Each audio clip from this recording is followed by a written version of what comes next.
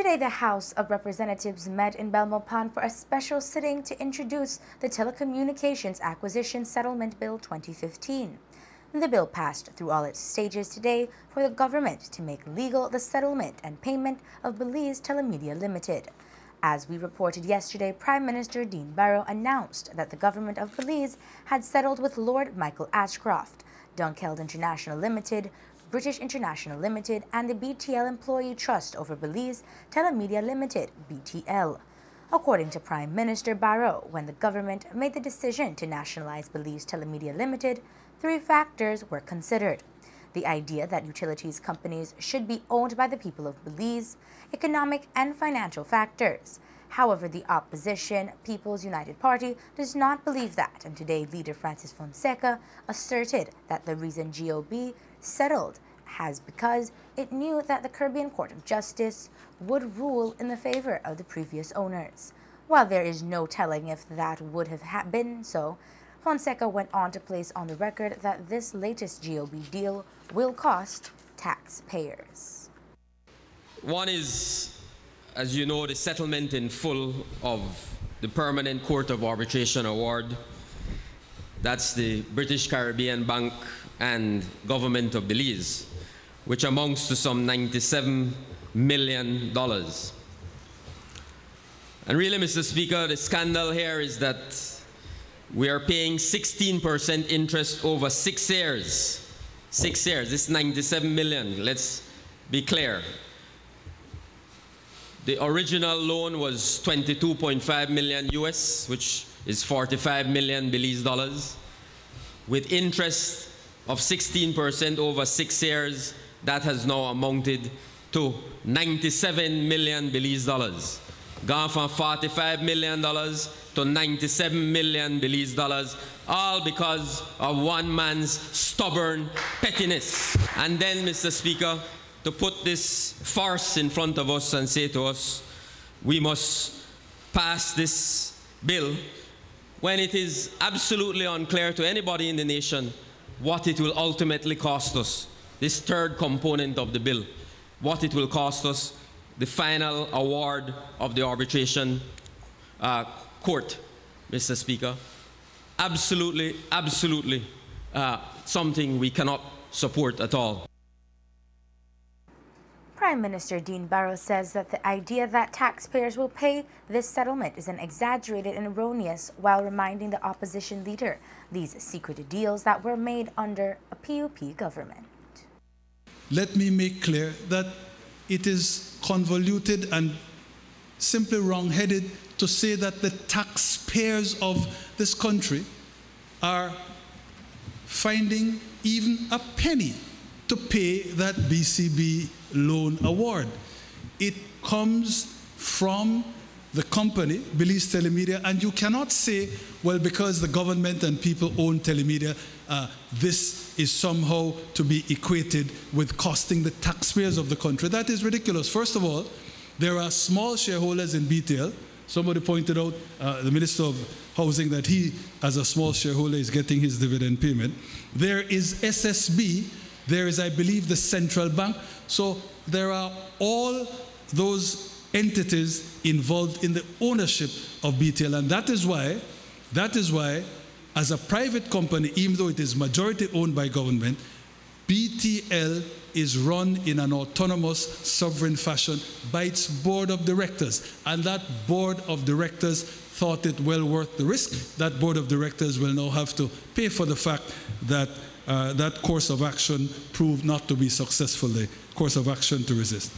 One thing that I also must make clear, I have never said that I will not pay the BCB award. That's an award that just came down. The award that I said I would not pay is the accommodation agreement award. Because from the start, we refused to honor the accommodation agreement when its existence was finally revealed to us.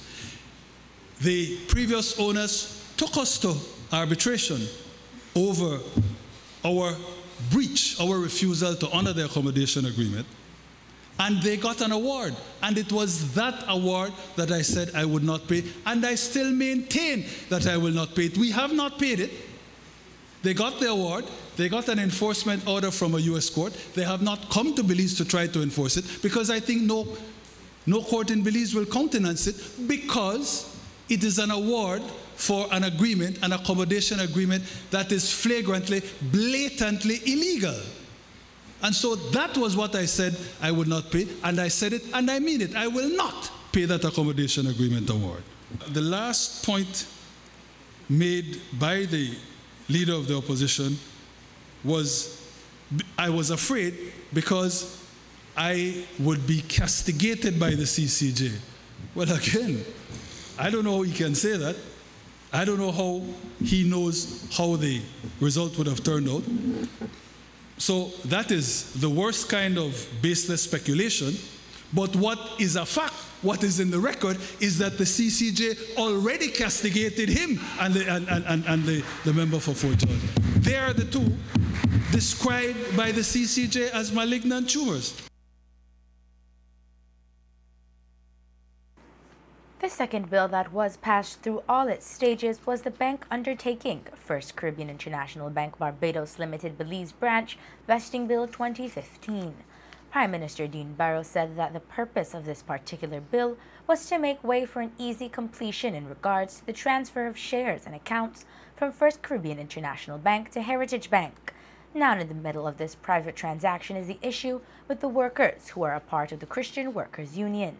Their exit package has not been presented to them, and today that was one of the key points that both parties weighed in on. It is critically important that we speak out on this issue to absolutely ensure that in fact these workers know and understand that we are here to support them and to ensure that their interests are protected and that they are treated fairly and justly. We're not at all, Mr. Speaker, letting, as I said, FCIB International off the hook.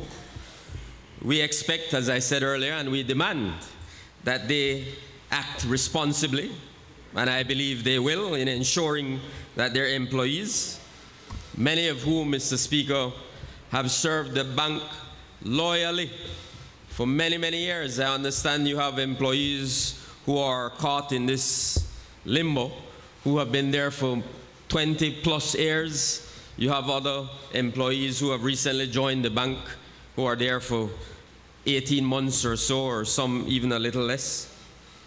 But these are people who, many of whom, have been dedicated employees of the bank.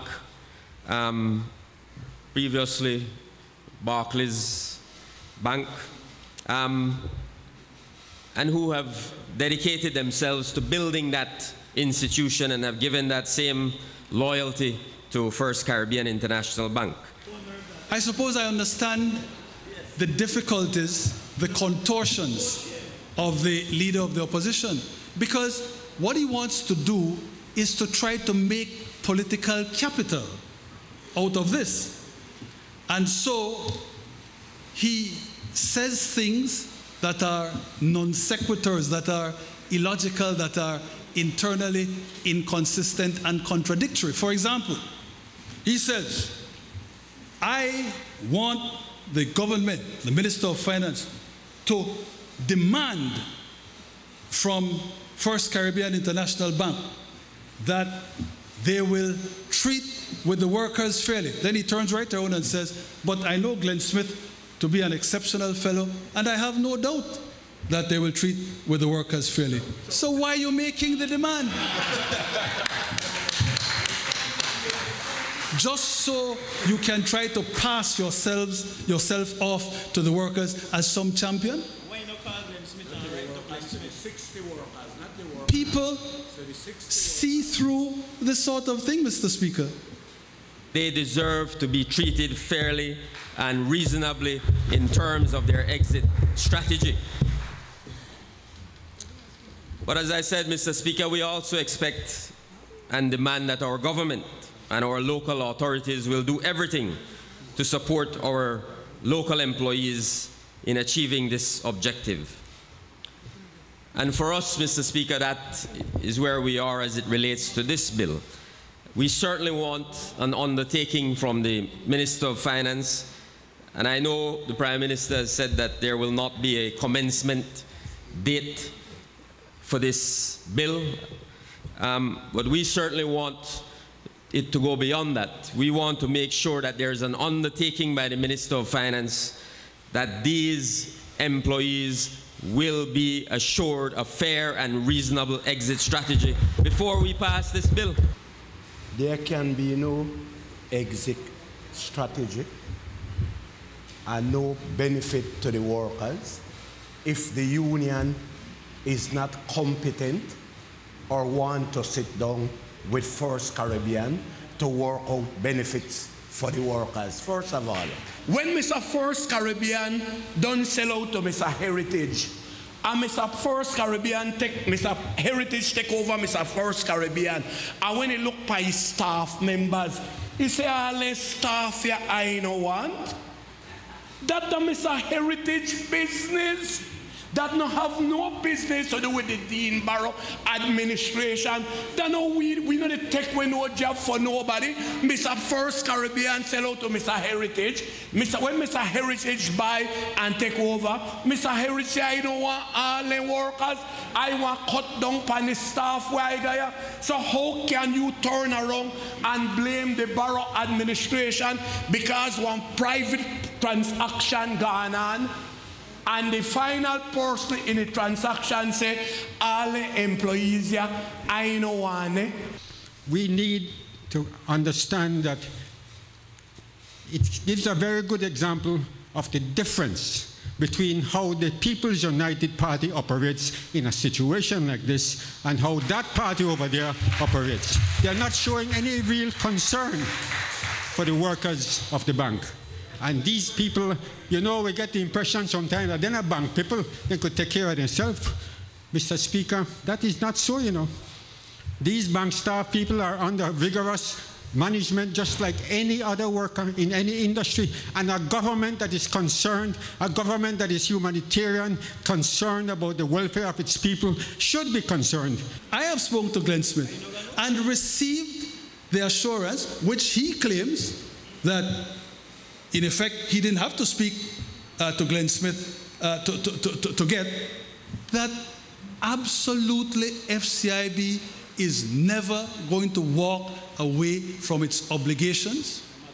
While, as Glenn Smith says, he's not going to negotiate in public, he has assured me that what they will offer to the workers is by all sorts of multiples far better in terms of an exit package than what the Labour Act demands as a bare minimum.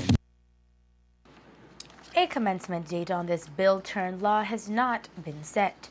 Barrow says that the reason for that is to ensure that all matters concerning the FCIB and Heritage Bank deal be settled, including the matter of the management and staff of FCIB.